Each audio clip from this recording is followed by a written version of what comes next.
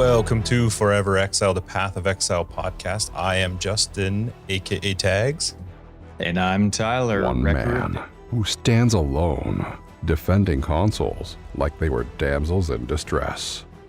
A man whose masculine chuckle resonates through your soul like the hammer of the gods. The one they call Tyler, wrecker of days. I felt like we needed it, you know? Oh, man. You know, He makes you sound so much cooler. I'm fine with that. Yeah. I am definitely fine with Definitely works. Yeah, this is I should have that on loudspeaker, walking through the metro or something. just like playing as you walk by. One man. That'd be awesome. This is episode 43 of Forever Exiled. Thanks everybody for joining us. A quick shout out to Less Than Dennis for joining our Patreon team this week. If you're curious what our Patreon is, you can find the link below.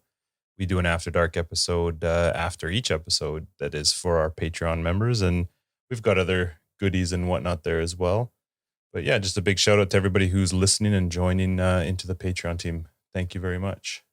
Hey, Less Than Dennis, I gotta say thanks, because when we were both watching Octavian at the same time on Twitch earlier this week, and you called me Mr. Day, and that was awesome because normally people call me Wad, and I mean Wrecker's not bad, Wrecker's pretty tough, but Mr. Day, that's legit. That's as much as it goes. So congratulations. The card you're getting is the first one officially signed by Mr. Day. That's right. No more Wad. I was trying to figure it out when you dropped it off. I was like, what is this? But I can't read your scribble anyway, your old lady scribble. Oh, I feel so bad for people when they get these. My mom's taking care of our pets while we go away this coming week. We're leaving tomorrow for a week. Yeah. And my mom's taking care of the cats for us, which is very nice of her. So I wrote out the instructions. I mean, she already knows how to, but just in case she forgets, I have it written out on the fridge in cursive. It's terrible. I mean, at least you don't have to worry about somebody else coming into your house and like figuring out what the schedule is or anything like that. Right. What is this? They're at They let their I kids can't read color on this piece of paper. How was your week? Well, this might be our last podcast. I'm really enjoying it. I'm having a great time, but I'm probably going to murder someone soon. Well, I guess it's not murder because it wouldn't be predetermined, but I'm probably going to manslaughter. It kind of sounds like it's soon. predetermined if you're already talking about it right now. No, I just have a lot of rage in my heart for those that don't care about giving me COVID. Oh, you're on this kick again? Superstore. What happened? Oh, I went to Superstore. I went to Home Depot. Went to White Spot. There's so many people that are like, just like walking right next to you, bumping into shoulders with you. Oh, sorry. Oh, and they're like, putting their hand on you as they're passing you, like the way that you used to do it, like, hey, I'm here. You just touch someone gently to let them know you're back. Oh my goodness. And then they're like parking their carts in the middle of the aisles and they're going to the other side. So the whole thing's blocked up and they're taking 20 minutes choosing what kind of carrots they want. I feel like you must be exaggerating or something because I've been out. I've not experienced that. Nah, man. Nope.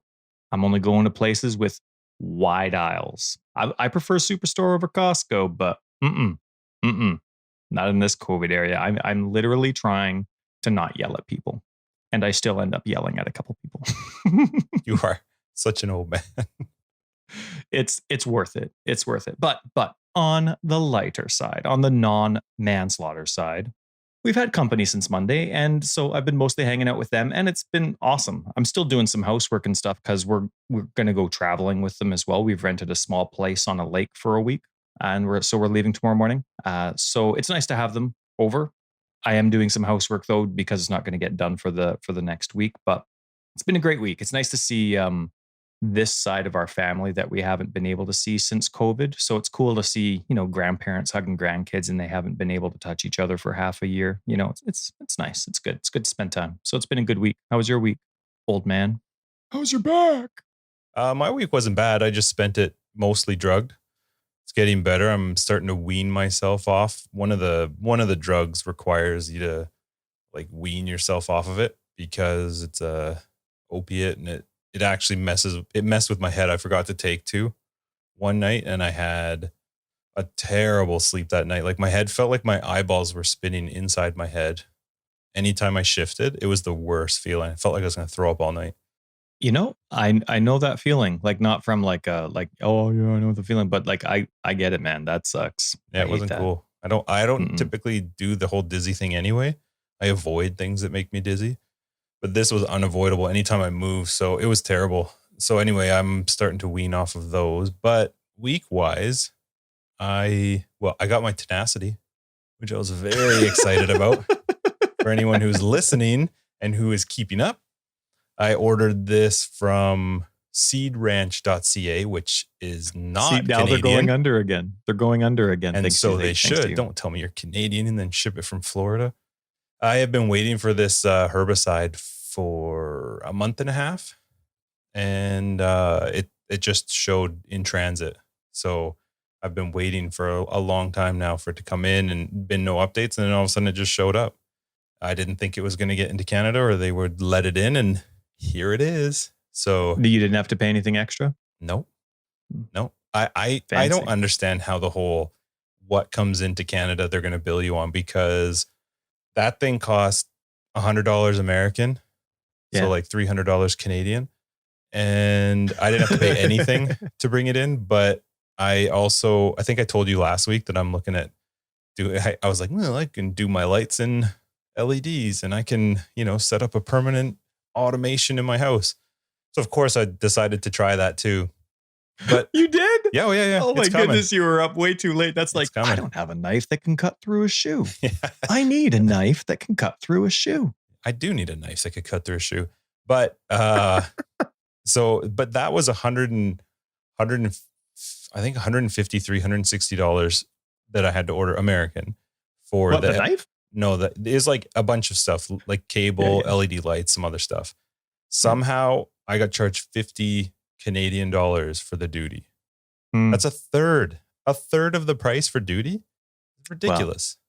Well, anyway, should have shopped.ca. If I could have shopped.ca, I would have for sure, but I just couldn't. So, okay, what else?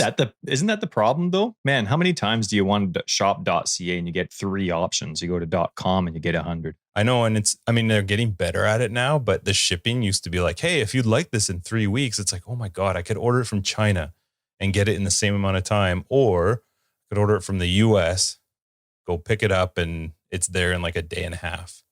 So anyway. Did you go ahead? No, that's fine. Did I what? I was going to say, it's totally not on subject at all, but did you hear that Amazon's actually getting in some court trouble because their non.com sites, the people, whoever's started the case has said that the non.com sites are designed to not be that tempting in order to put you to .com? I don't really believe that. I don't know. I thought .ca was quite good before COVID. Since COVID, it's been hard because shipping has just gotten worse. It's a lot harder to get stuff into Canada. But I also picked up a robot vacuum. So it's like one of those big circles. Okay. And this one has like a little turret on the top. Oh. And so it builds it doesn't use a camera. It uses some other technology to build a layout of your house. And then it's automated. I've got it set up so it runs at midnight every night, vacuums the main floor, mops. This thing can mop and vacuum, but when you have it on the mop section, it will just not go over the vacuumed area. Like it knows which is carpet and what is not carpet. Oh my gosh. Because I'm not great at cleaning and I don't like cleaning. And so in order to do my part, I hired cleaners for the last, year, 2 years. Every 2 weeks, we would have cleaners come in and clean up. And the big focus was the floor. And they're not cheap. And I was like, well, if I can just get this thing, first off, it's way cooler than having cleaners come in because it's like a robot. Not to mention, do you know, like freshly vacuumed carpet, like the look with the lines? Oh, and the smell. Oh, I get to see it every morning. It's like grass, man. It's like grass. It really is. It's awesome. So I got rid of our cleaning company. They're not coming anymore. Because in the Have you even tried this thing? Oh yet? yeah, it's been running for a week. Oh, okay. It's amazing. Well, it's probably not even out of the box and you're making the phone call. Hey, listen, you're done. Sorry, you're done. Yeah, the robots have replaced you. It would cost what I pay them in 4.5 months paid for this robot. So in 4.5 months, I'll basically have paid it off. So I was like, well, maybe we should get a second one from upstairs. The other really nice thing about it, and I'm telling you, it actually has worked out really well. It makes my kids tidier because I need them not to leave stuff on the floor because this thing has to run. So, and it's not going to pay attention to what's what, right? No. Like if there's a doll necklace on the ground, it's gone. Oh yeah. And guess what? I'm not looking through it. I'm just throwing it straight out. Whatever's in that thing when it's done goes straight to the garbage. So it's kept everything like actually nice and clean, which normally never happens. Yeah, that's awesome. Plus it's a robot. Wouldn't that be sweet if it had a mulcher? Yeah, robots are awesome. It's so fun. So yeah, totally. What else? I think that's pretty much my week. I'm getting closer to feeling good to be able to go and do my lawn. I like that you shared a picture of my yard today on Discord. Just it's FYI, it's looking good. I have spoken about the fact that I tore it all up and it's going to look like crap. And I like in your picture, I'm not going to write this in the memes channel, but if anybody looks at it, they'll know. I like your flex as you took a picture. You made sure to I'm not flexing. Oh yeah, you're flexing. I'm not flexing. Yeah, you're totally flexing. You're sucking in your gut and flexing, and you're doing like the leg thing. Like, you know, that you got the leg out to just show off. It's awesome. No way, man. That's just the long evening sun showing off my sweet, sexy shadow. No. I got caught in a humiliating way. I used to keep my first date up all the time. And I got caught decades ago, back in the dating days. And so I was paired up with someone when I'm getting renewing my first date certificate. And we're doing, the moves on each other, right? And the lady, so the girl that I'm paired with is, it's her turn to do whatever it is to me. And the instructor's like, okay, now their belly should be soft. The only way their belly should be hard is if they're dead or if they're showing off. And I totally got called out because my belly was already hard. And I'm like, that's awesome. That was so embarrassing in the dating days that you've just let yourself go now. I don't flex. Yeah, I don't flex for pictures anymore. Oh, you were flexing. The belly, just wait till you look at it again. Flows. When you look at it again, you'll be like, oh shoot, I'm trying to get that arm up. No, I was also holding, you can't see the other arm, but I was holding the thank you card in the other hand, and I didn't want the ink in case it was still wet to smudge. So I'm holding it out, and then I have to hold the camera up in a certain way. And my neck always hurts, so it probably looks like I was trying to do it cool, but I look like just a screwed up rooster. Yeah, you actually kind of look a little weird because the angle of the sun makes you look like freakishly tall. Look like I have Charlie Chaplin pants on. Yeah, but anyway, my yard is terrible, but that's just waiting for me to get some new soil put down and get it flat. And then I got my freaking tenacity finally. I ordered surfactant. I can't remember exactly how you pronounce it. And some dye. And that will be added with the tenacity when I spray that. And then seed goes down and woo. Glory. I'm going to rent a roller. So for aerate it?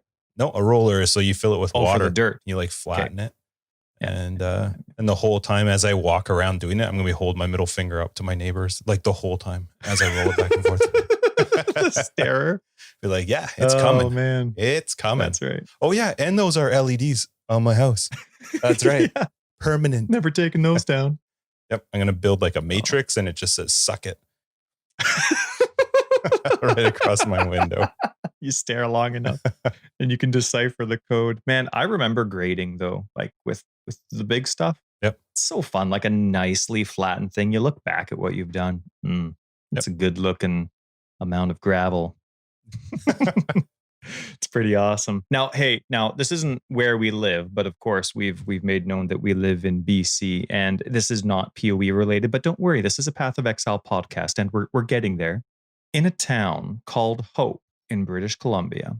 It's a little town. I saw a wonderful hub, a very cool small town if you like quiet stuff by a lake. Quaint. Or a river. Down by the river.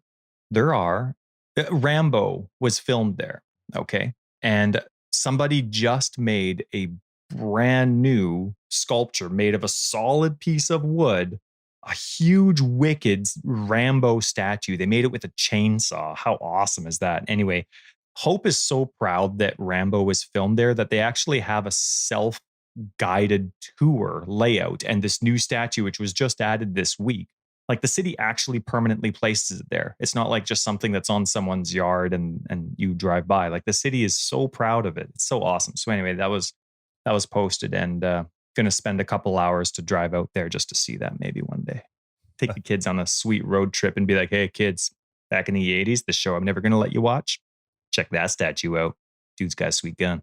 It's probably not going to go over well. I got a WhatsApp message from one of our friends in our friend group just out of the blue. And he says, hi, how'd your big interview go? And I was like, what the hell is he talking about? Yeah, it was pretty funny. I'm like, oh, did Tyler must have told you, or did you listen? He's like, no, Tyler told me. Yeah, no, funny. They ask. Our buddies ask how it's going. Hey, can you hang out tonight? Nope. Podcasting. Nope. Interviewing some prepping cool for people. An interview. That's right. How was your PoE week? Did you die?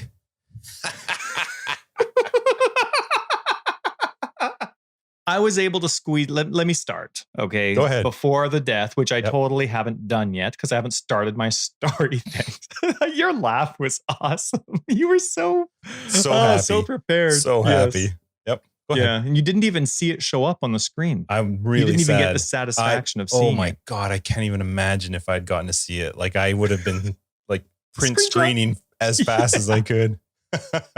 Oh, I'm so glad you didn't. So anyway, I was able to squeeze in a couple of sessions this week. Like I said, we have company over, right? Family we haven't seen for half a year. So excuses, yeah. And in our area of the world where we live, half a year for seeing this portion of our family is quite a long time. So I was able to squeeze in a couple 30-minute sessions, if they were reading books or watching a show that did interest me or something. But I totally kept forgetting. So for those that aren't aware, we have a private league that we've been doing that we started last week. And Justin, it's solo self-found hardcore. Justin and I play solo self-found per se all the time, but hardcore is not something that Justin and I do or care about, but we thought it would be so fun to have a 10-week or 10-day solo self-found hardcore league. So anyway, that started, and that's what we're referencing. And I kept this week, as I was squeezing in my sessions, I kept totally forgetting that it was hardcore. Like I'm putting up portals before boss fights, even though that doesn't even make sense in campaign. I'm just used to it from a lot of people do that in hardcore so that they can hit their macro if they're going to die. And then when you come back, your portal's still there. Well, I'll be asking you later if you're using macros, but don't spoil the answer. I'm texting, it's like middle of combat. I can hear sounds and I'm responding to text messages on my phone in the middle, high five minions. I even checked a couple times /deaths because I wanted to see. Am I still actually here? I wanted to see how many times I've died so far. And then I'm like, oh, right. So I was thinking, how awesome would it be? You know how sometimes you try and trade someone and you don't realize you were looking on the wrong league on your trade site? It's like standard or and whatever. For some reason, it says this. I always take it rude. Maybe it's funny somewhere, but this person is out of your league and you know it. Yep. I thought it would be awesome if you /deaths in hardcore that it said something like, it's hardcore, you idiot. Yeah, that'd be awesome. The answer's 0. I thought, yeah, that would be pretty awesome. So anyway, I kept forgetting it was HC, but I'm having a great time. I mean, sometimes I would obviously remember, but with how I play, I wouldn't remember that it's hardcore for very long. But funny enough, I did die, like you said. Thanks for spoiling that.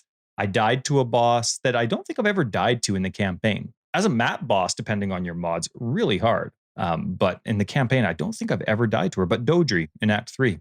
I mean, I'm probably going to win in Act 3, right? I don't think anybody's past Act 3 in hardcore ever. But I was totally fine. I'm flying, for me anyway, through everything in the game. I keep forgetting that it's hardcore. I'm flying. I'm doing great. And, I start staring at the screen. Where's Dodri in Act 3? Act 4, you mean? 4. Yeah. Oh, yeah. I wrote down Act 3. Yeah, Act 4. Oh, my goodness. No one's you made it even further. Me. That's awesome. I know. Oh, my goodness. I was like, where do you fight Dodri in 3? I don't remember that fight. It's a secret boss. You got to be into lore to catch that one. Yeah, good for you. But anyway, I'm staring at the screen and then I'm just dead. I just totally zoned out. Now, I normally zone out for quick sessions. I mean, that's one reason why I love minions. But I was totally fine. And this time, Dodri was just like, no, in my class, you don't zone out. So I was dead. She's actually I found her really tough in the campaign in Act 6 or whatever, where you open the valve and she comes out of, I think it's 6. Oh, I actually found her quite hard in that one. Mostly because I don't know the fight. I usually just go in there and whatever. Oh, okay. You know what I mean? But knowing how to cycle the valve, I don't usually care. I'm just like, whatever. Oh, you got to play slower, man. Do less damage. Yeah. Run for your life a little bit more. Chicken with your head cut off a bit. It helps. I like that battle because you get to choose your poison, right? You get to choose, okay, well, what am I most resistant against? Poison. So, that's one of the options. It is. Anyway, so how was the rest of your PoE week after you? Well, it was good. I mean, that obviously, I think, what did I message you yesterday? Yeah. I only died You didn't yesterday, really play much. But no, I played maybe an hour and a half the entire week, but still, it was nice. I got to Act 4, right? I beat Dominus, which I thought that's where I was dead. So that was awesome. So did I for myself. And I'll ask you about this later, but I'm not using harvest crafting. I'm just moving on like normal core. And I was capped with my resist, which I don't think I ever have. And I kept forgetting it was hardcore. But anyway, but the rest of my week, like just filling in, because I'm going away for a week. And you know me, it's always PoE in my brain, right? Like 99% PoE. So I'm considering revamping my guides a bit. And I've gone and I've kind of flip-flopped with a couple ideas. But I'm going away for a week. And now normally I do my theory crafting on Google Keep and or PoE Mate, just the mobile version of the tree. But Path of Building is good for some things. Like for me, I can't do quickly the area of effect math in my head. So like for my Righteous Fire build, I can't tell just by looking at the percentages on the tree that I have for AoE if it's going to be 20 unit AoE or 30 or 35. Like I can't do that. So PoB is good for that. And it's also good for ailment durations, like how long a poison's going to last on an enemy. That just, for some reason, that math bypasses me as well. So I've been really trying to solidify a couple options for each of the 3 builds that I'm trying to revamp. And because I want to go on my trip and then just dwell on it. You know what I mean? Like I want to do all the theory crafting and brainstorming now, and then I just want to dwell on it, you know? So that's what my vacation's going to be. Me staring at my wife, my family, my kids, and I'm dwelling on PoE. So, but you know what's awesome? Path of Building. So anyway, to answer your question, it's been a lot of theory crafting. I've been able to squeeze it in between chores. You know, I do a quick thing on Path of Building, and then I go and do more logic. Then I come back, do another quick check mark on Path of Building, and then I go and, I don't know, do the weeds. But Path of Building, the community version anyway, you know, on the left where it shows like the general layout of your build. Yeah. Right? Like it shows your damage, it shows your life, it shows your resist, all the info, and that kind of stuff. On a poison build, it doesn't show your duration. And I thought that was really weird because for me, the duration of how long a poison is, as long as my minions are up, because I'm going to be doing a minion poison build, that was huge. So I got to make a spreadsheet. So I got to do all my DPS stuff. I did like 30 different options of what this DPS, how much poison damage it is, how many times I'm hitting, poisoning a second, how long it lasts. Oh, it was awesome. Spreadsheet lover's dream. Hey, Justin, tell me. Don't spreadsheet, spread love. Stupid. I thought it was so awesome. You're such a prick. So how was your PoE? You were doing all this on your phone or what? No. Just trying to figure out why you were doing this instead of playing in our league. That's all. Just curious. Because I was dead. What? You just died yesterday? You did all this yesterday? Well, no, I can't. Like, I could play when I could sit down for 30 minutes, right? Like we have company. So I don't want to like, you know. Show off. That's right. Hey, check this game out. I play video games. No, I haven't seen them in forever, and it's nice. And even if we're just watching TV, it's nice to sit there with each other. So it's only if they're doing things like going to bed early or if they're reading books or something. Then, then I don't feel like I'm being a rude host if I come down and play a video game if they're doing something like that. Sure. But if it's something where you can still talk to each other about it, I'm not going to touch it. So it was in between chores and things like that. Anyway, how was your PoE week? Did you touch it? Oh yeah, you did. Of course, you're oh my crushing gosh, it. yes. Tell me. Well, I was quite worried I wasn't going to get to play the private league. Just really bad timing with my back. That was literally it. Like work's been super busy, but I've done everything from bed, working on my laptop or my phone. Hey, impressive. Yeah, but I got to play a decent amount. Like definitely not as much as I would have liked to because first off, okay, my week, I'm just going to kind of ramp right into us talking about the private league because my PoE week was playing in the private league. I'm playing Dominating Blow. Minions. I was Yeah. telling someone on Discord that every time you play minions, I just feel like I've won something. Go ahead. Go on. Yep. It's actually really good. Like I probably never gave it a whole lot of thought. I've never really been a huge fan of it just because the concept of like hitting something and then it has to die for you to get the bonus is kind of like, I'm not really sure. But the way that you can stack up the damage for the minions and ramp them up like quite quickly has been fun. Not only fun, but one of my definitely more stronger, I guess it's basically like a league starter that I've ever played. Unless I'm doing something stupid, I haven't had much of an issue with, like damage or coming close to dying. I am definitely in the same boat as you, though. I suck at remembering that I'm playing hardcore. Like through the week, there were multiple times where I went and answered the door and left my guy like in a spot. And I would like, even dumb enough to go, okay, right, this is hardcore. You need to just move somewhere safe. Instead of being like, hey, you should portal. I'm like, no, I'll just go to this corner because I've killed everything. I should be fine. It happened many times. Or I was the same way where I'm like dealing with my phone or I'm alt tab to something. There were a lot of times where the game is up on my screen and I'm working off my left monitor while just trying to keep an eye on the health. Because if it all of a sudden starts to go down, then I got to quickly jump back on. But so far, it's not bad. I think I'm in 29th in our league. Nice. Now, that's definitely not top 3. So pick it up. No, it's coming. But my week has been playing PoE. This dominating blow build has been a lot of fun.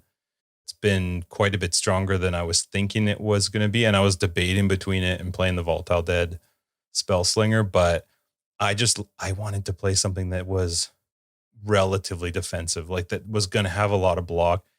Because it's solo self-found and hardcore, it's a totally different mindset for me. Like instead of just big focus on damage, I'm also want to make sure I'm capped on resistance and want to make sure I've got as much life as I can get. My resistance right now is like for all of them between 170 and 200. Just because you get so much bonus out of the tree as well. And you were talking about harvest crafting. It has been a massive help for me. I love it. And not even so much so for the stuff that everybody wants taken out, like the whole, annul certain things, which is definitely more end game when you're trying to craft like the perfect stuff. But for leveling, it is so fun. Like being able to take something that is like my chess piece. When I was first leveling it, it was an armor base, but I needed 2 blues. And to be able to go into harvest and much more easily get those off colors is quite nice. And then it's technically free alks for some, which I needed, man. Alks? I don't know what happened in this league, but I can't buy an alk. Me too. Yeah. I went to go get my like 20 cast when damage taken gems that I get for every build. Couldn't get one. No. Couldn't get one. I don't know what happened. So I just started selling off uniques that had dropped. Because I was like, why am I holding on to this? This is stupid. Vendoring, right? You're not pretending to play solo self-found. It's vendoring. Okay. Whatever. But I just started, I was like, well, because there's no way. I know a lot of people who are playing in the league have restarted because they've died. I know full well if I die, that's it. I'm not starting something else. Like this is it. Yeah. So I was like, why am I holding on to these uniques? They don't help me at all. So I'll take my shards. So I've been trying to get more alks that way. But okay, so we started a league. It's got currently 5 days, 12 hours. So when people are hearing this, there will be 3 days left. 3.5 a little bit days, over 3 days. It'll actually be closer to 4-ish, I guess, because it'll come out Sunday morning. But so what I've realized is we're doing this every league. I love, and it maybe not always solo self-found, but absolutely hardcore. Listen to you. Do you want to know why? It's like I'll never play hardcore in the normal league. Like when we start up, I want to play trade league. I don't want to play hardcore. Yeah. But the idea of at the end of each league doing a hardcore private league, and I love the fact that there's an incentive too. Like you can win. There's 2 options for $60 rewards, which is for highest level and deepest delve. I would love if there's eventually new things for us to track, but I realized how much I love watching people die. I love it. I mean, I feel bad for people, sort of, that have gone through Delve or who have gone through leveling, and you see like rank 3 on the ladder died, and everybody in chat, because we use Global 2121 for all of our private leagues, just so people know if they're ever going to join it. And people are like, oh no, what happened? And talking. And I just love seeing that yellow text because it reminds me of way back when we used to do hardcore races, that the ones that GGG would do, where they were like maybe a 2-day one or a 10-day one or a 24-hour one or whatever. And you would see that, so-and-so died on the ladder at rank whatever. I love it. I absolutely love it. It's made it so much fun. Yeah. I like looking at the list of so we had 70 people. I think we have 70 people in the league right now. And we can open up more slots too if people for some reason want to join in the last half of it. But there are way more dead characters on the first 3 pages than there are alive characters. And isn't that awesome? That makes me so happy. It just cracks me up. I was laughing to Ethan as I was playing for a little bit yesterday, because he was, I'm halfway on the second page, and I was like, I just got to slowly work my way up. I'm going to get onto that page as long as all those people keep dying. The one thing I will say though, there are people that can level. I mean, it's just a time thing, but good Lord, they can level fast. Oh, I also have gotten 3 hardcore achievements, which is the main reason I wanted to do this. Cause I was like, well, I'm never going to get these other way. But there's people that are like on their second or third character that are getting up above me. So we'll see if I have much time over the next 5 days. But yeah, then the league, I just love watching how much fun everybody's been having. Like the talk in Discord, some of the names that are people are using, I think they're hilarious. There was one that was mocking you. I can't remember, or it was something about you. Somebody was called Winning Forever Exiled. That's KJ. He's got there's been some really good names, some really good creative names. And then there was, I like Just Another Justin, and he's actually one of our Patreons. What else? Yeah, there were some really Average J tries again. It's just so fun. There's so many, like all 70. There's so many good. I just enjoyed going through and reading everybody's name. Like I want to see where people are, especially because now we kind of have it sounds kind of cool to say, I guess. Kind of weird, kind of cool, but a Forever Exiled community, and you're used to seeing people in Discord and communicating. And then even whether you're part of Discord or not, I've been going through as I'm seeing who, you bring it up a few times a day to see if anybody needs to be added, right? Mm-hmm. Approved. And so every time I do that, I go and I'm like, oh, that's a cool name. That's a cool name. And not everybody's, PoE name matches their Discord name. So it's fun. There's a lot of really creative people there. Hey, are you so you're doing Harvest, right? Yeah. You're using the Harvest League mechanic. Somewhat. The blue ones are still terrifying. The blue ones are scary, man. I don't know what it is, but I assume they're doing lightning damage. I'm assuming. Resist don't seem to matter to them. They're terrifying for me.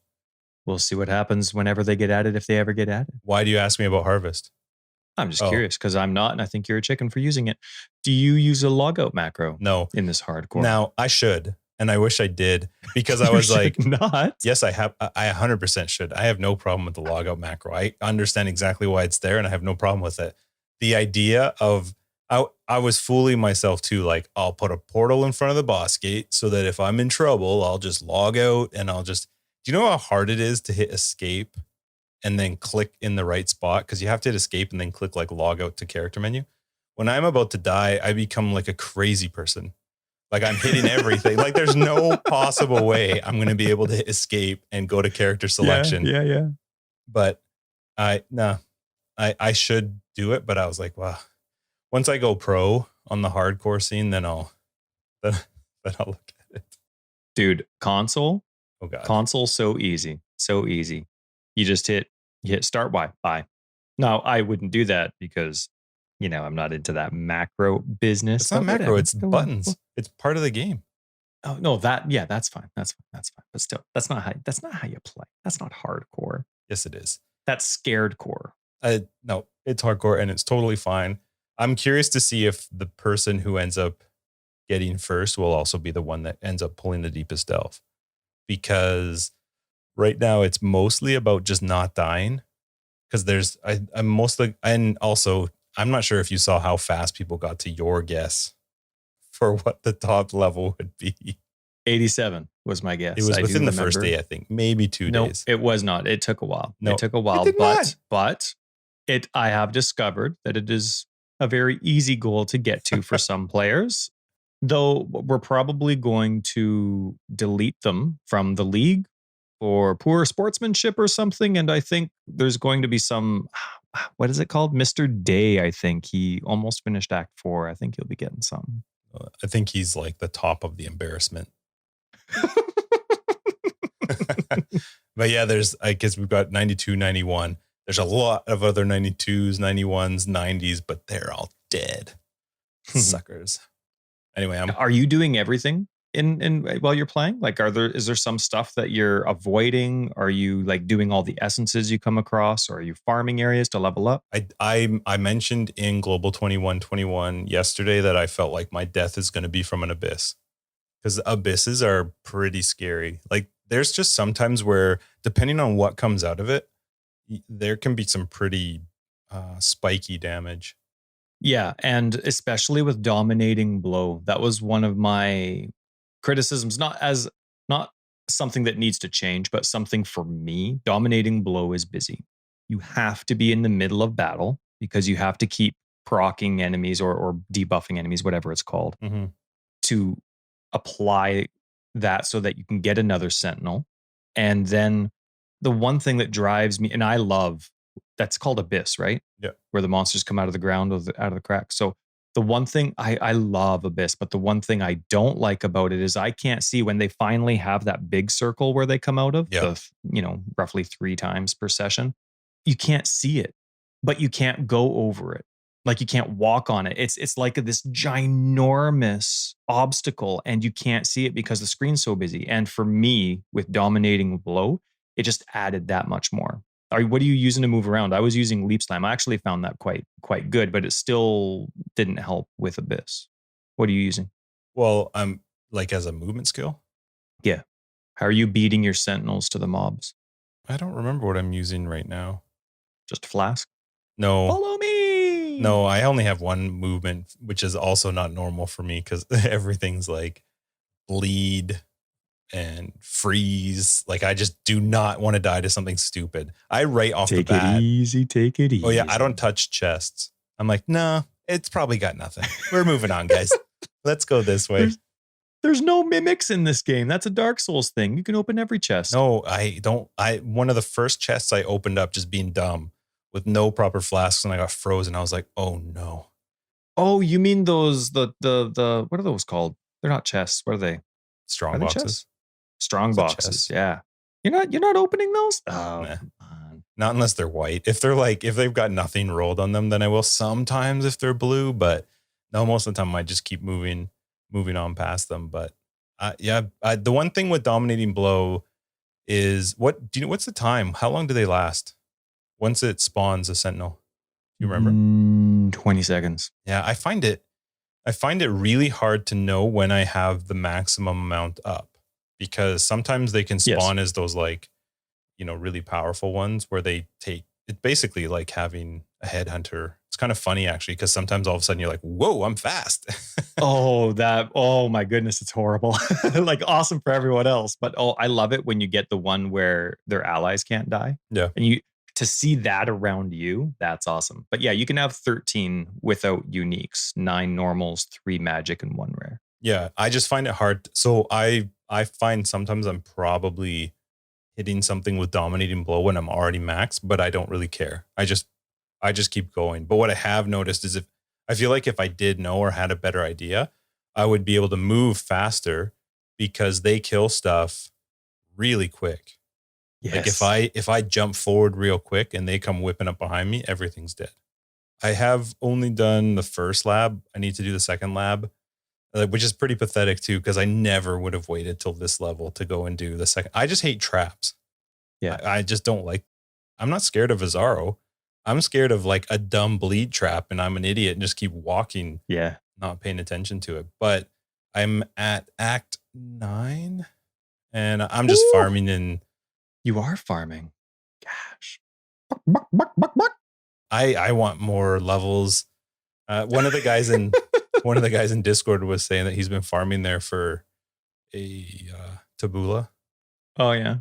I don't have that much patience. I would rather die like a little bit further on than that. But so anyway, I'm gonna probably hopefully finish the game this week. Like finish Act 10. Yeah. Beat the final boss and then you're done. I would like to get to 90, but I think it's unrealistic. I don't think I can level that fast. Some of these guys have done it, which is crazy. For me with my back, what it's been is, okay, I feel all right. I can get up. I got some good drugs in me, which is probably not the best time to be playing either, but I can get like 30, 45 minutes before I start to feel just this brutal sore in the lower back. Like it gets so bad that I go lay down and it still takes 10 minutes for it to just stop hurting. Yeah. So we'll see what I can do this week, but I am having a blast in hardcore. We are for sure doing another one again. That'll be hardcore. Good. I love it. Maybe not solo self-found. Exciting. I think maybe if you had trade could be kind of fun. Like, do you trade with somebody? Do you not trade with somebody? Well, it'd all be within that same league. So why would you give someone else the benefit? You'd definitely overprice your stuff if it wasn't solo self. What if you did teams?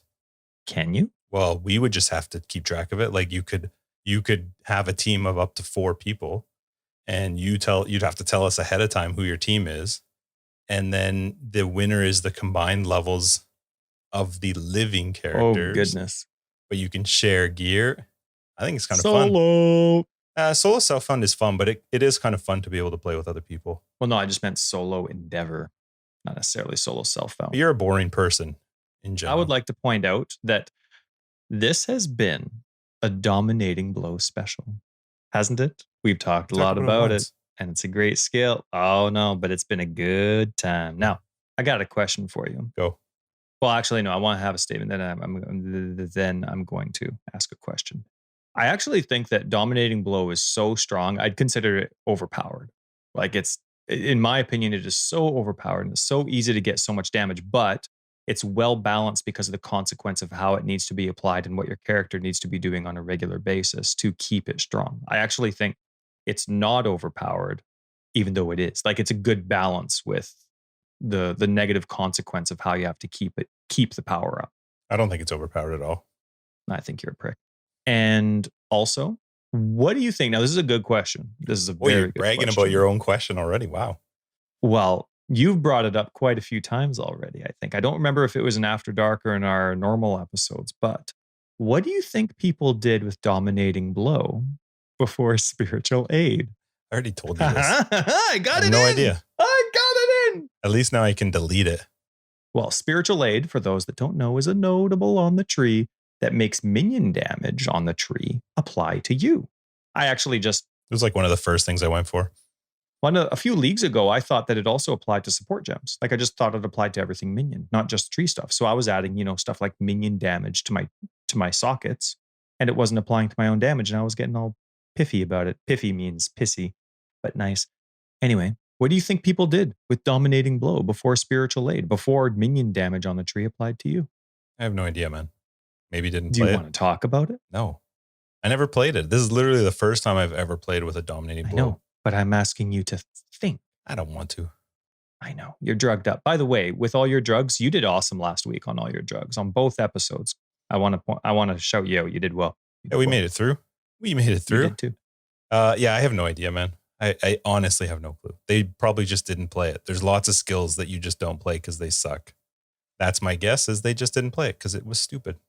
No minion gems suck. That's why they always get nerfed. Now, how many times did you get a bleed flask this league? Oh yeah. Oh yeah. Every time, Ty. How easy? How did you get it, and how many did you use to get your stupid bleed flask? I think I did it when I entered into Act 3, when I was like, okay, I probably should have one. I also realized that when you're fighting Dominus, it's pretty important to have one. And so it took me 1 transmutation and 3 alterations. As soon as I You did make it, I me was like, wanna oh, swear. why couldn't Tyler be watching this? For people that don't know, Justin has the weirdest luck, just like how Hillock is just like, oh, look, who's at the gate? It's Tags. Welcome, Tabula for you. That's just a thing that him and Hillock have, though it hasn't been the last few leagues. Maybe Hillock's sleeping around. But Justin also has this weird thing with flasks.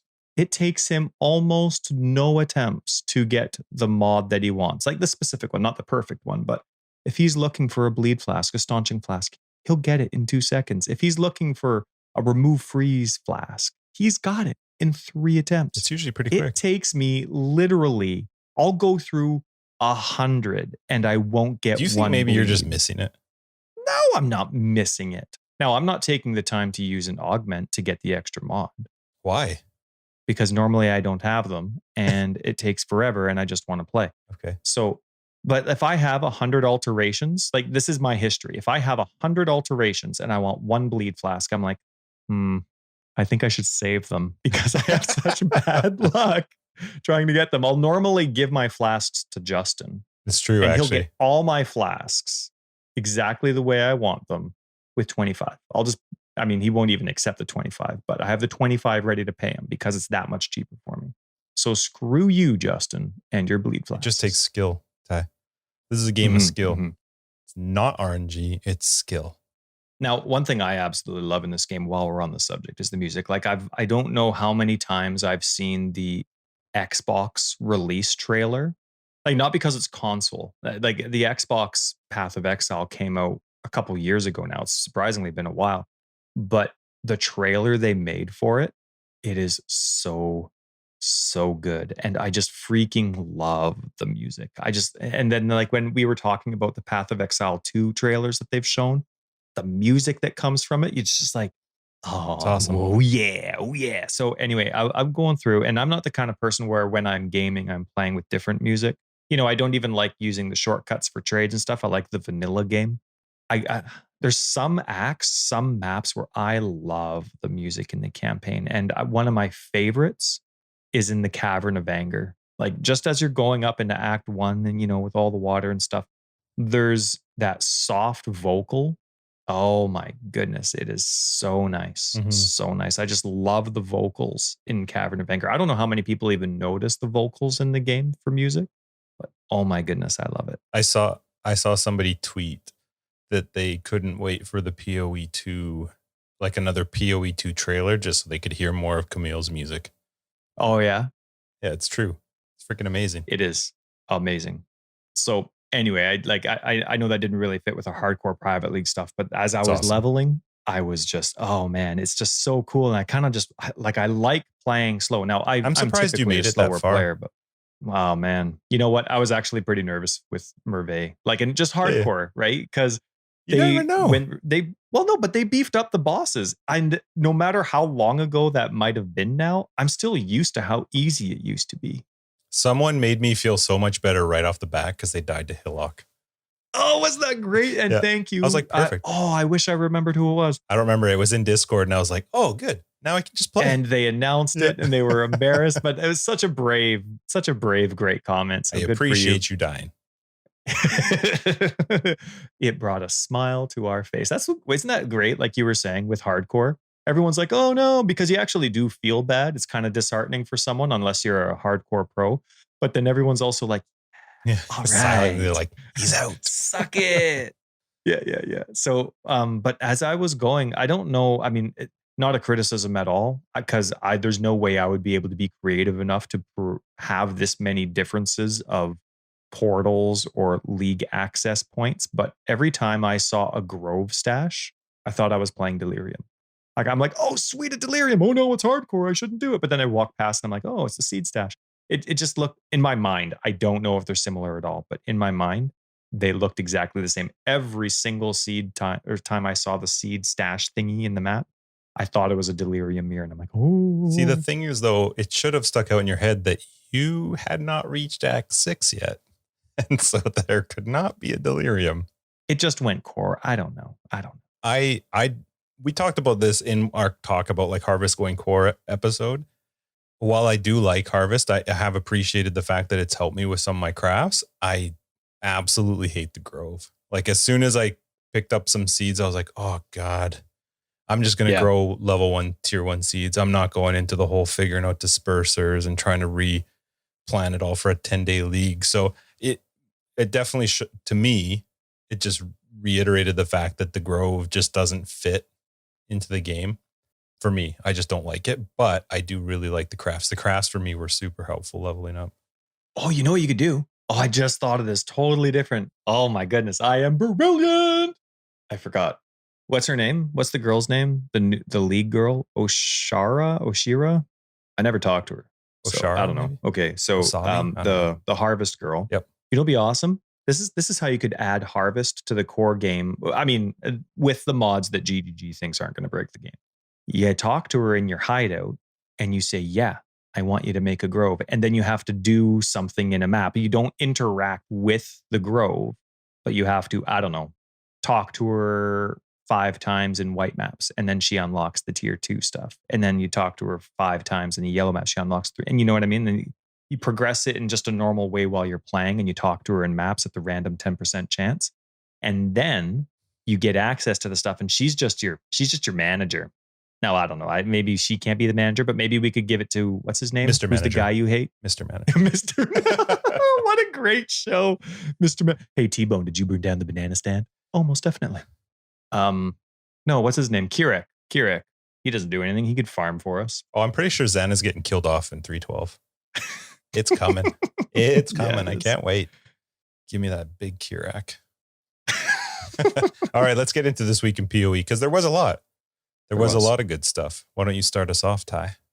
Oh, man. So I love these posts. You remember some of these posts? Now, this is what it is, but you remember some of those posts where they would post, the big wigs of GGG all wearing scary masks in an office, maybe a boardroom or something, and they have a whiteboard, and they would show you things like a list of maybe 20 things, and one of them was going to happen. I remember them doing it once a long time ago. I do remember that. They've done a lot. I don't pay attention to their stuff. So I think it was Bex that tweeted out. Yep, she did. Let me just read it. She says, next week we'll reveal all our September expansion. We've seen a lot of speculation about what it'll include. In the spirit of this, the next expansion includes one of the following. And I freaking love that because it just gets people going crazy. I think it's so smart, but it's so fun. I'll list them. It's not like, we're going to know what they are, but 900 gems. Oh my goodness. Wouldn't that be cool? A giant, 13 NPCs, a new town-like area, and a cat with a monocle and a bow tie. I don't know. It's so fun for people to, and so obviously the Path of Exile internet world goes crazy with all their guesses and assumptions and cat with monocle memes. Can I also point out though that when you read that, you actually missed a very key part, which was at least one of the following, which means there could actually be more than one. Wouldn't it be cool if it was all of them? You know what it is? It's always the one that you think could not be it. It's probably 900 gems. Okay, 900 gems would only make me happy because you would just die. You'd be like, I can't do this. I'm done. I'm out. This is over. I'm not playing anymore. New game. Guide writing's out. Yep. That's right. Trying to think. A giant would be kind of cool, except that fighting a giant I don't like the idea of fighting more Kitava style bosses. Well, maybe it's not a boss though. So you're just talking to a giant's foot. You're fighting in a beast, right? Yeah. You're already fighting in a beast. 13 NPCs would be annoying. I wouldn't mind a new town-like area. I don't know how that would fit. A cat with a monocle and bow tie, I feel like is just going to be there. That's going to be a pet or something. Makes sense. But yeah, it was a pretty funny post. I love how people like crap their pants. It's so fun. She could just straight up be lying. It could be none of them. I think Bex has a ton of fun. They are. That's not a mean lie. I think she's having a blast with it. She posted today, I think, that she said something about how funny it is that when she's not sure if she's being mean or not with the way that she screws with people's heads. I thought it was hilarious. They started when's the new charity race start? So there's a charity race coming up. It's going to be hosted by Brittle Knee, AFK Creators, and Soft Giving. It's pretty cool that they're doing stuff that is raising money. And I am a little curious. Okay. Oh, okay. I feel like I get all these thoughts in my head and it's hard to get them out. it's You're like really Leo cool. gets. Okay. Just let me think. It's really cool that GGG is getting involved and helping them promote the event. But from my understanding, a lot of the giveaways that are going out through these things are, I know that Grinding Gear Games is putting something into this. We don't know what. Oh, that's cool. It's also being provided, I think, the majority by Soft Giving and AFK Creator. And while I do appreciate that Grinding Gear Games is involved and they're going to be like helping something out and they're promoting it, which is on its own a really nice thing because it gets it in front of more people's faces. We've had the talk with Brittle, we've had the talk with Octavian. At what point do they go, yeah, we should be more involved in this part of the community that seems to actually have legs? Like there's people that are legitimately interested in, and in this one especially. Okay, so it actually says prize information. First place is getting $800 American. I think this is a team-based thing. American, that's like $10,000 Canadian. I know, you could just retire. So first place is $800 American. Second place is $600 American, and third place is $400 American. And it does say in here that that's being supplied by Soft Giving. So the primary reward monetary value is coming from an individual, not from Grinding Gear Games getting involved. So it just is odd to me that there's this part. I get that they have a lot going on, but it's just weird to me that they don't get more involved in that side of it. And they might be. We don't know. I have no idea what all the maybe it's coming behind the scenes things are, but it is cool that they're doing it. What are they raising money for? I think winners can pick what they want it going towards.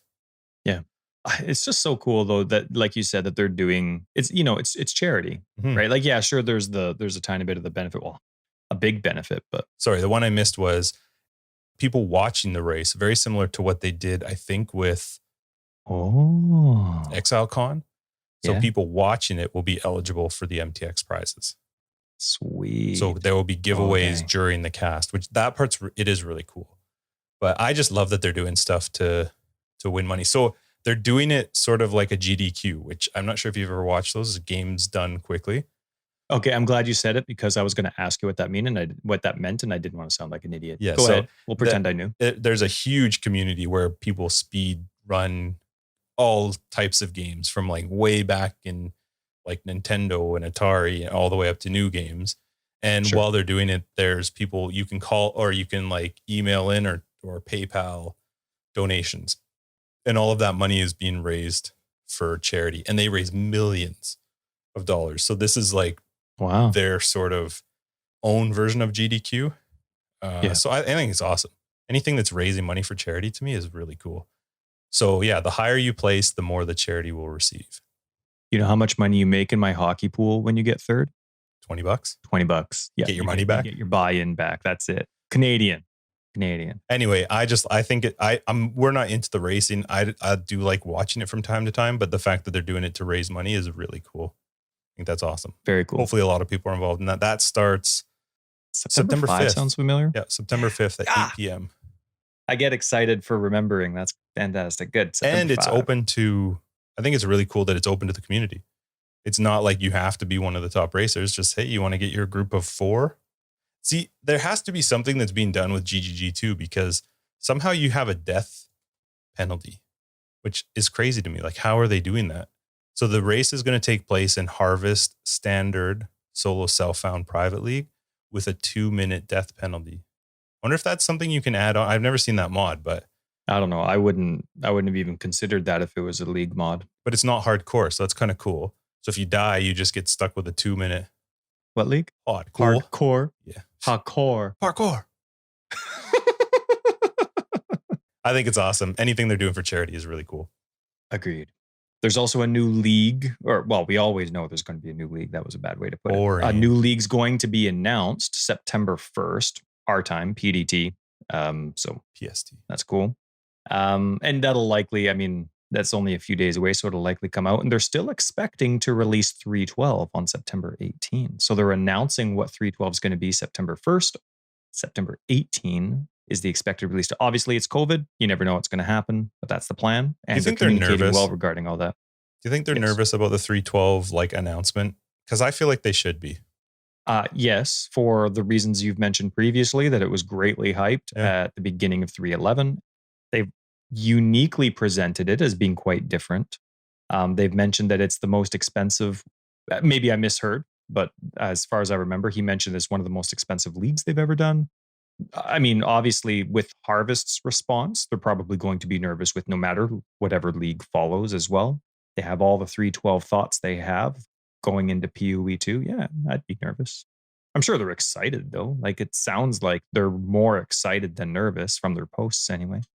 I'm excited to find out what it is. I mean, we obviously don't know the details, but we'll at least have what it is, what its background's going to be. Plus, we'll be able to talk about it next week. I have a prediction. Okay. Pirates. Minion pirates. It's going to be a minion pirate league. Why? I just got the feeling, that good old fashioned feeling, Lloyd. Private league capacity is going up to about 10,000. Are you excited about that? So, okay. Everybody blew their top about this. Got really excited. Did they? Yeah, people got sure, and they should. I mean, Good. It sucks that it's been down to like whatever 1,000 or 2,000 for big events. Okay, how does it work? What's 1,000 points in cash? If you wanted to buy 1,000 points, what is that? Is that $100 or 10 points? $10 is a point, so it's $100. 1,000 points is $100. $100. So if you were buying it even, so just dividing, so it's American, right? So it's 10 points per 100, right? Yeah. So 1,000. No, so it's Jesus. How hard is this? How much is 1,000? If I want 1,000 points, how much does that cost me? $100 American. $100. So if you right now wanted to do, because they've upped the limit, and currently the limit it looks like is 6,000. If I wanted to do a 6,000 person 10-day event, it's 36,000 points. $3,600 for a 10-day event. Now, how many points? 36,060. Wow, that is $3,600. Now, you okay, so yeah, maybe they're going to do up to 10,000, so you're looking at close to $5,000 to $5,500 for a 10-day event. Like, I get it. I saw that people were excited, and I even tweeted like, cool, but is there some plan to reduce price? Because that's ridiculous. Can't, maybe for something that's sponsored by a GGG and no one's paying $5,000 for a 10,000 person event. That's insane. Like, you have to do something with the cost, especially because I'm not sure. I know that there is a load on the server, but you're talking about players that are leaving the normal league to play this. It's not like you're gaining 10,000 new players. It's just 10,000 players who are just going to play on a different league. Well, we've had 3 interviews.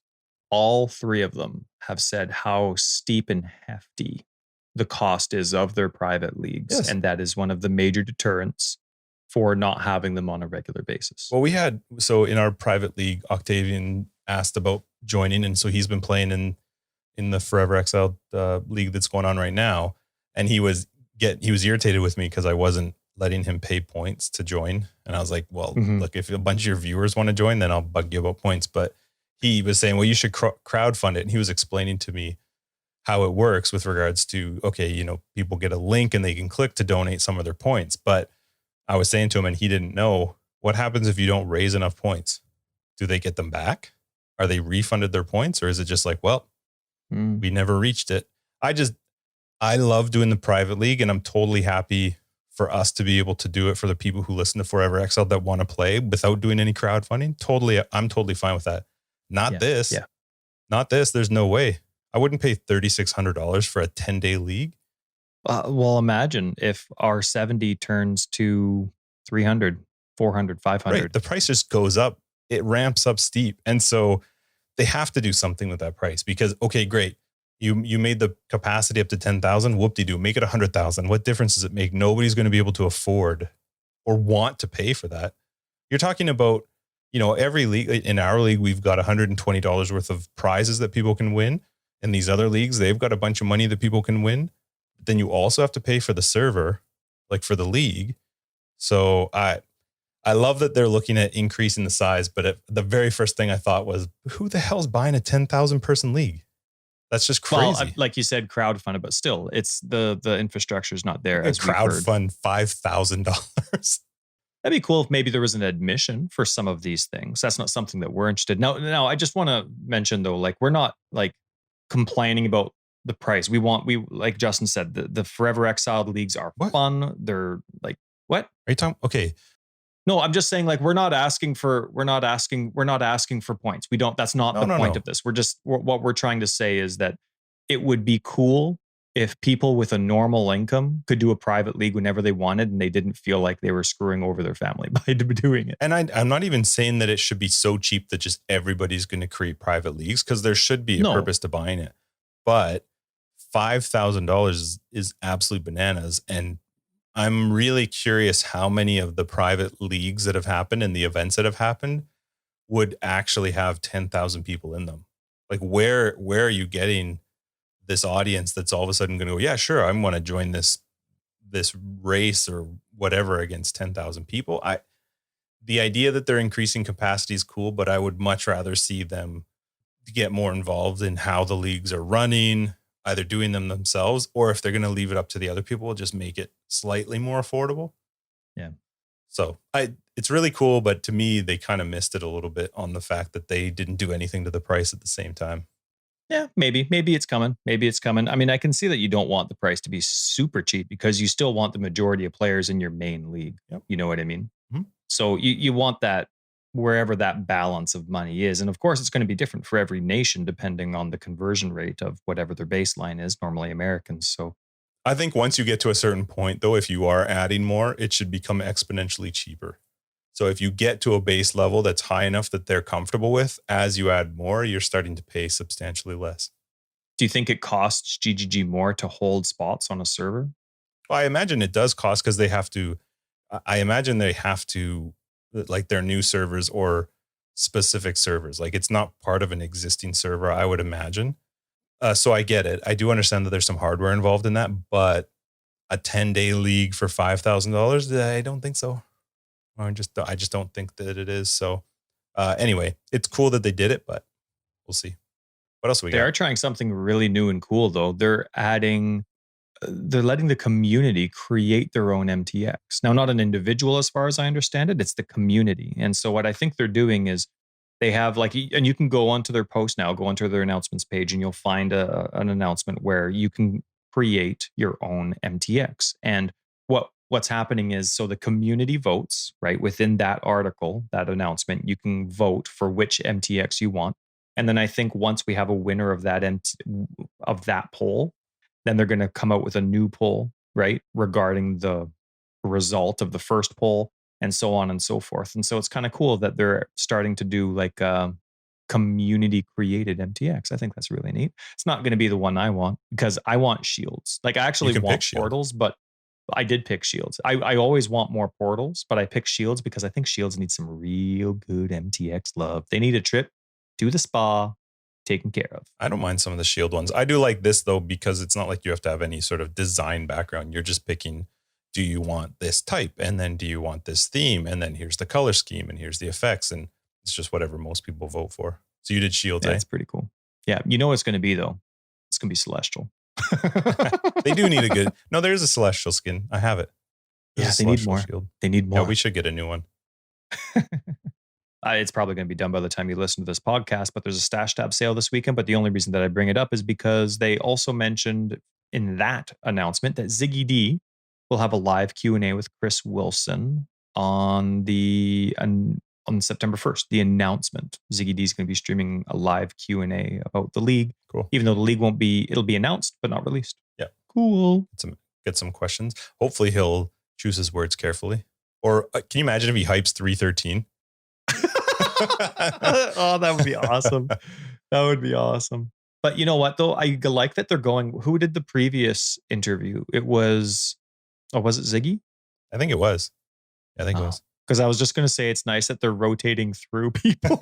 Good point. Maybe I made the opposite unintentional degrading point. But it would be cool if they rotated through people, whether they are or not. You know what I mean? Yep. Maybe just big ones, but maybe small ones. Wouldn't that be cool if like that person that's been streaming PoE for 3 years, but has always just had 3 viewers, Wouldn't that be cool if it's like, and Jim Bob Gilly, here's the link. We'll be doing a Q&A with that. I think the benefit with somebody like Ziggy, though, is they share the same time zone.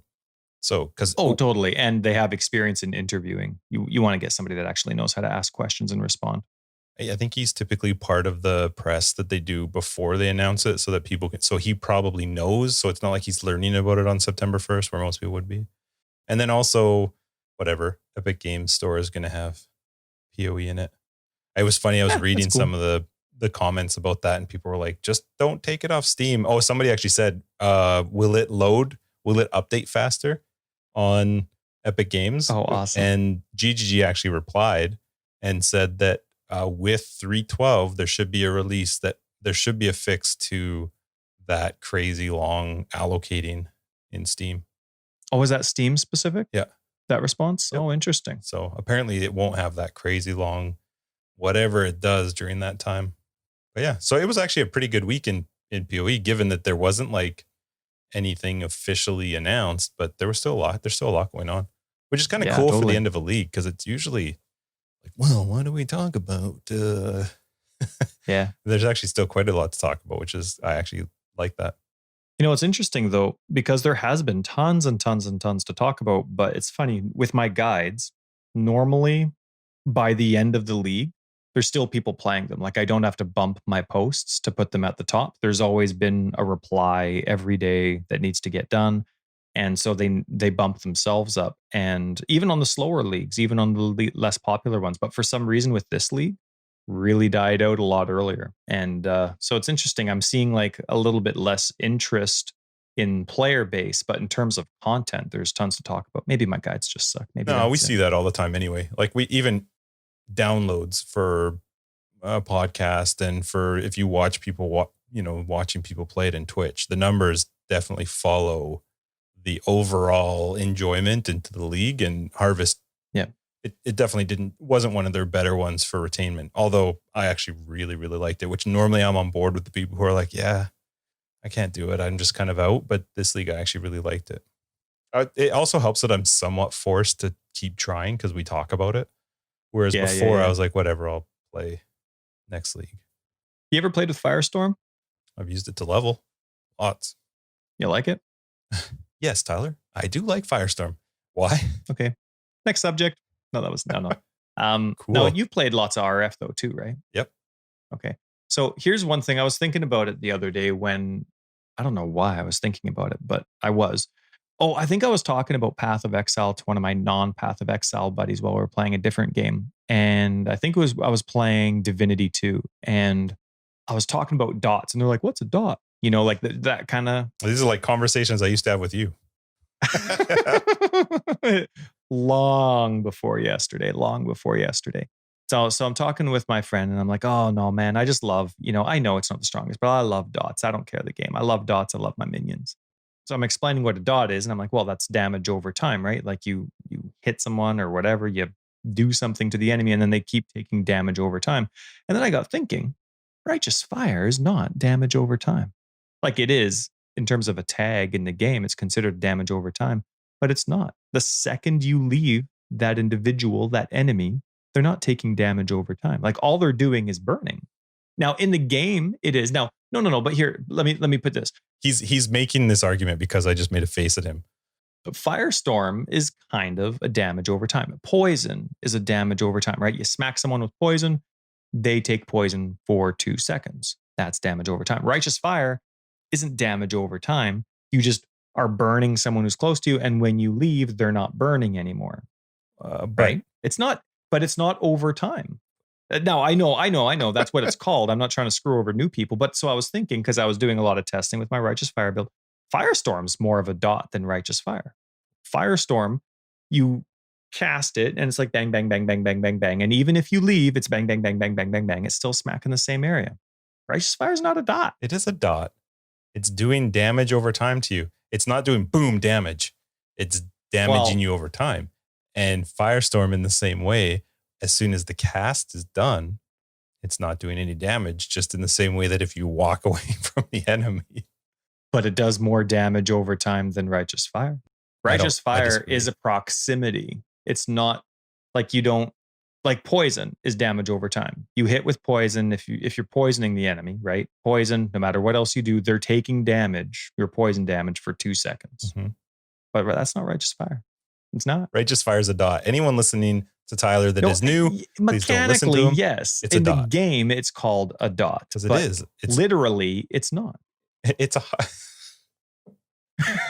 The second righteous fire is out of that area, they're not taking okay, fire but the damage. second the poison runs out, they're not taking damage. Ignite, burning You're not even listening. You're just is like, a dot. So let me tell you about skeletons. If righteous fire kept doing fire damage after they've been out of the righteous fire AoE, that's a dot. Isn't that isn't the same argument though that I'm making, that as soon as the poison expires, it's not doing damage, is the same thing as them walking away the from dot you? is done. Just like the dot is done when they walk out of your RF. Because with your argument, then any hit of any type, even a physical hit, just you're taking damage over time just instantly. No. Now it's instantly done. That's the damage. It's hit and done. See, it's the same thing. Righteous This is the fire, you dumbest go argument. in. No, it's not. It's because you have no idea what you're talking about. Righteous fire isn't a dot. Can you please tell me, Tyler, when was this suggested as a topic? A month ago. Okay. And it shouldn't have been Now pushed. anyone listening it's can so understand vital. why items have to get pushed, because I read them and go, what is he talking about? Righteous fire is not really a dot. Stamp it. Don't had those thighs. No to rise. Now, while we're on the subject, console got the bloom slider. Oh, they did. That's actually, I feel like that's probably a better thing on console. You know what I did? I cranked it. Screw you, bloom haters. I cranked it to hot. Concussion crazy. I went to a concussion clinic when I got injured at one of my previous jobs. I had the concussion before. Got injured again at one of my works. Speak English good. So I got injured again. But because it was at work, I got sent to what's called workers' comp out here. You know, the province pays for me to get better so I can get back to work and help the community again as fast as possible. And the concussion experts there were 2 separate, what are they called? What's the fancy term for a psychologist and a neuropsychologist, right? Neurosurgeon and a psychologist. Both of them said I had the worst concussion, or what did they say? I had the worst kind of concussion without being bedridden. Like that's how kind of severe it was. I cranked it, right? With my concussion stuff, I cranked that bloom slider to 135% and I'm loving it. What is it by default? Screw you, bloom haters. I think it was 99%. Like they keep it at 100, which it would normally be. You could slide it down to 35%, I think it is, 25, 35%, and then all the way up to 100. I think it was down to 25. Then all the way up to 135. I wonder if there's a performance increase on console at the low setting. Like I wonder if there's any sort of performance increase on the console, because I would think that there would be.